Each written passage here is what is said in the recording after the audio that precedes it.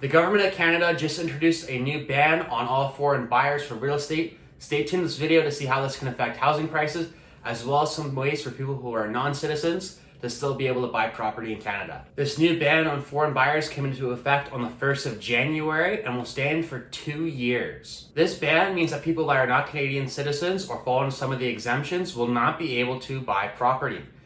And if they do, they'll be met with large fines, as well as the people who assist them, whether it be lawyers, real estate agents, etc., who help facilitate the transaction. This is in hopes to curb Canada's rising housing prices. Despite prices being down over year from 2021, real estate prices are still historically high, and politicians are trying to get popularity by making sure home prices remain low.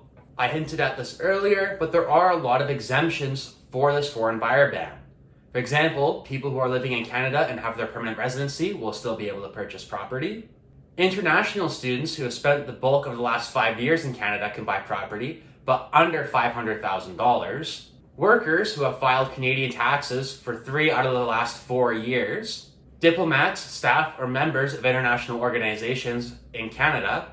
Foreign nationals with temporary residency, and this includes people who are fleeing conflict and refugees. As well, there are certain geographic locations and property types that are exempt. For example, recreational properties. So if you were to go and buy a cottage in Muskoka, that would be exempt from this ban. As well, properties with over 3 units. So your multifamily and commercial properties would also be exempt from this foreign buyer ban. Another exemption as well is certain rural areas with populations less than 10,000 people are also exempt from this ban. It's mainly to focus on the large metropolitan areas like, for example, Toronto and the Greater Toronto Area, Vancouver, Montreal. The larger metropolitan areas is really where I think they're trying to push this. In the smaller rural areas, foreign buyers can still buy even if they're not permanent residents or working or any of that kind of stuff. The government of Canada is hoping that by pushing this foreign buyer ban, it'll help bring down housing prices. The interesting part about this though is house prices are already down a lot, and foreign buyers in Ontario only make up 3% of buyers, and in British Columbia, another area renowned for having foreign buyers, it's only around 4% of the homeowners are foreign buyers.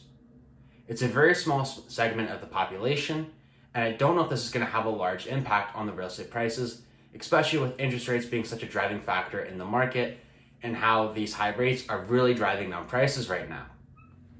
I think personally this is more of a political play than anything else.